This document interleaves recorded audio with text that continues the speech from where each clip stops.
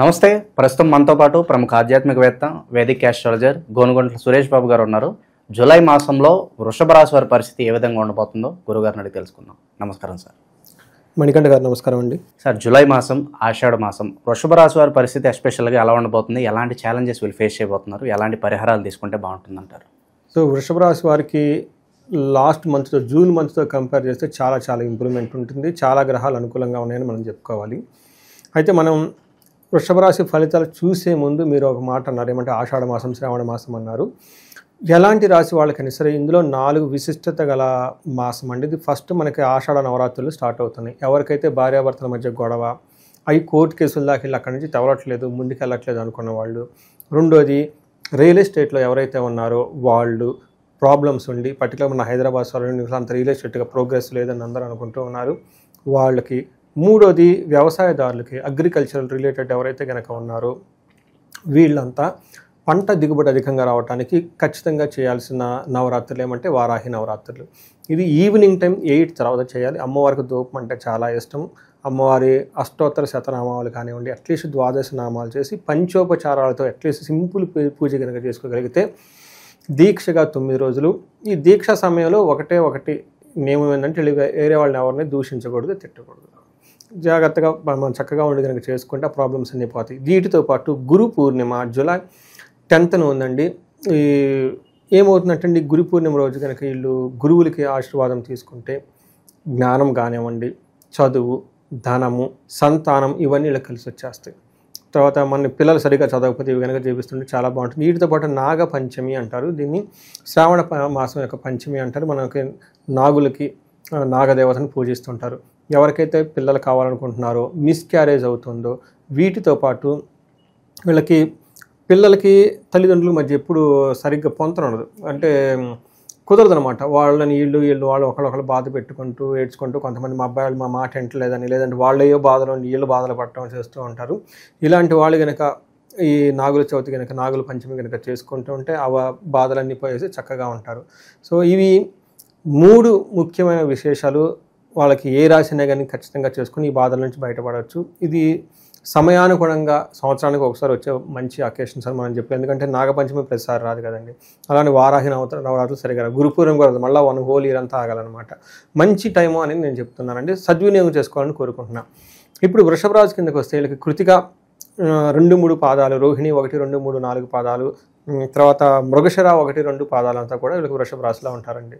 అయితే పేరు బలం కనుక చూసుకుంటే వీళ్ళకి ఈ ఓ, ఈ ఊ, ఏ ఓ, వా, వి, ఊ, వే, ఓ అనే లెటర్స్ అంతా మనకి వృషభ రాశిలో వస్తారు. మనకి 2 గ్రహాలు ఇందులో మూమెంట్స్ అంటే ఒకటి సూర్యుడు, రెండోది శుక్రుడు అని మనం చెప్పుకోవాలి. ఈ యొక్క గ్రహస్థితిని బట్టి మనం చూస్తే సూక్ష్మ గోచారము, లఘు గోచారము కాన్సెప్ట్ కనుక మనం చూసుకుంటే వీళ్ళకి ధన ప్రవాహం చక్కగా ఉంటుంది. తర్వాత లక్ష్మీమయంగా ఉంటారు. శత్రువులు అనేవాళ్ళు వీళ్ళని ఎవరు ఏమీ చేయలేరు. అఖిల విషయ భోగం, అన్ని విషయాలు చాలా చక్కగా హ్యాపీగా ఉంటారని మనం చెప్పుకోవచ్చు. అయితే రాహు కేవలతువులు మాత్రం అనుకూలంగా లేరు కాబట్టి గొడవలయ్యే అవకాశం ఎక్కువగా ఉంటుంది. ధన సమృద్ధి, ధనం బాగా ఉంటుంది. గురువు వీళ్ళకి బాగా అనుకూలిస్తూ ఉన్నారు లాస్ట్ మే నుంచి.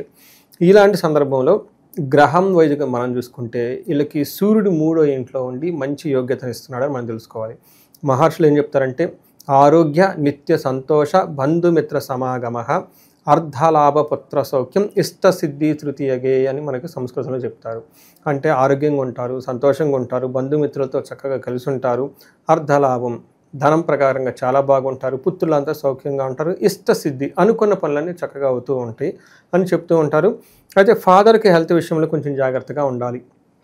నెక్స్ట్ కుజుడు వీళ్ళకి 4వ ఇంట్లో ఉండటం వల్ల లోహమూర్తిగా ఎంటర్ అవడంతో వీళ్ళకి అంత కొంచెం ఏమని చెప్తారంటే ఇబ్బంది పెట్టే పొజిషన్లో ఉన్నారు అని మనం చెప్పుకోవాలి.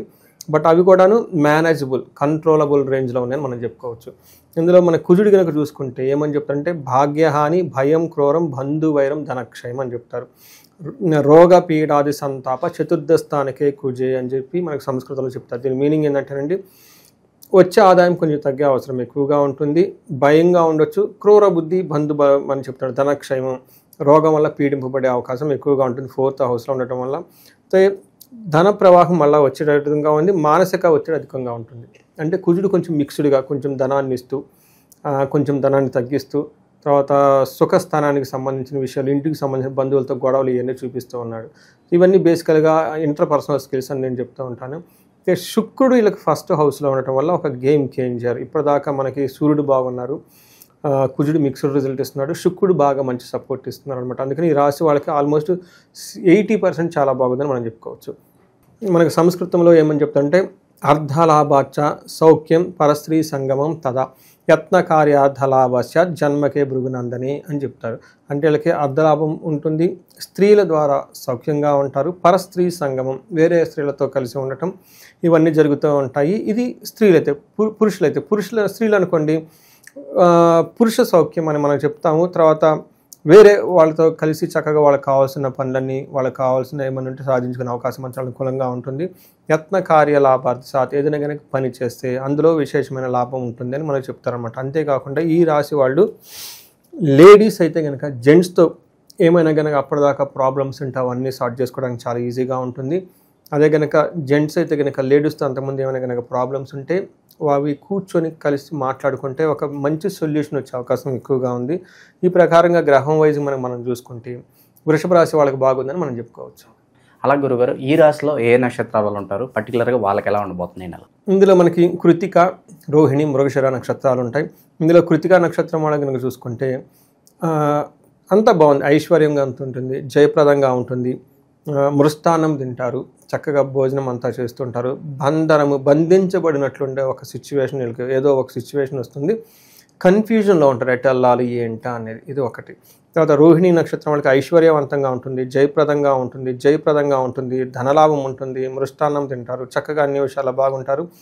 కొంచెం కలహము, నాశనము అంటే ఏదో ఒక విషయంలో గొడవలు అయ్యి వాళ్ళు అనుకున్న పని కాకుండా ఇబ్బంది పడే అవకాశం ఉంటుంది. అలానే మృగశిర నక్షత్రం వాళ్ళకి ఐశ్వర్యవంతంగా ఉంటుంది, ధనలాభం ఉంటుంది, మృష్టాన్నం ఉంటుంది. వీళ్ళకి కలహము, నాశనము చూపిస్తుంది. ఏదో ఒక పనిలో జూలై 28 ముందు వీళ్ళు అనుకున్న పని కాకుండా ఇబ్బంది పడి తద్వారా గొడవలయ్యే అవకాశం ఎక్కువగా ఉంటుంది. వీటితో పాటు కృతికా నక్షత్రం వాళ్ళకి బుద్ధి నాశనం, అంటే వీళ్ళకి బుధుడు వల్ల లత్తా ఉండటంతో ట్రాన్సాక్షన్స్ చేసేటప్పుడు, ఆన్లైన్ ఎంట్రీలు చేసేటప్పుడు రాంగ్ ఎంట్రీ చేయటం వల్ల చాలా ఇబ్బందులు పడుతూ ఉంటారు. రోహిణి నక్షత్రానికి కార్యహాని, అనుకున్న పని వెళ్లకుండా మధ్యలో ఎక్కడో డిస్టర్బ్ అయ్యే అవకాశం ఎక్కువగా ఉంటుంది. సో ఇవన్నీ మనసులో చక్కగా ఆలోచించుకొని మాసం అంతా ప్లాన్ చేసుకుంటే బాగుంటుంది. ఒక రకంగా 80% వీళ్ళకి చాలా బాగుంది. అందులో లాస్ట్ మంత్ వీళ్ళకి సరిగా ఎక్కువగా లేదు. నాకు చాలామంది ఫోన్ కాల్స్ మనం అదిగో చెప్పుకున్నాం రాశి ఫలాల్లో కూడాను. ఈ మంత్ చాలా బెటర్గా ఉంటుంది కాబట్టి వీళ్ళకి అష్టైశ్వర్యాలు, భోగభాగ్యాలు కలగాలని కోరుకుందామండి. సార్, కొత్తగా గృహాలు కావచ్చు, స్థలాలు కావచ్చు కొనుక్కోవడానికి ఈ మాసం అనుకూలంగానే ఉంటుందంటారు, లేదంటే టైం పడుతుందంటారు? వీళ్ళు ఇమ్మీడియట్గా వీళ్ళకున్నంత బెస్ట్ వేరే ఎక్కడికి ఏ రాశికి లేదు, అన్నీ చక్కగా చేసేయచ్చు. సో విశేషంగా ఆషాఢ మాసం కాబట్టి ఎలాంటి పరిహారాలు వీళ్ళు చేసుకుంటే బాగుంటుందంటారు? వీళ్ళకి అన్నీ బాగున్నాయి, ఆల్రెడీ మనం ముందు చెప్పుకున్నాము, అవి చేస్తే సరిపోతుంది. వీటితో పాటు వీళ్ళకి నాశనము అని చూపిస్తుంది, అంటే ఏదో ఒక పని ఆగిపోయే అవకాశం ఎక్కువగా ఉంది. వీళ్ళకి లక్ష్మీ గణపతి పూజ కానీ హోమం కానీ చేసుకున్నా కానీ దీనితో పాటు సుదర్శన హోమం కనుక చేయించుకుంటే చాలా బాగుంటుందండి. సో ఓవరాల్గా జూలై మాసంలో వృషభ రాశి వారికి ఎలా ఉండబోతుంది, ఎలాంటి జాగ్రత్తలు తీసుకోవాలి, మీ మాటలో చాలా బాగా వివరించారు. ధన్యవాదాలు గురుగారు. ధన్యవాదాలు.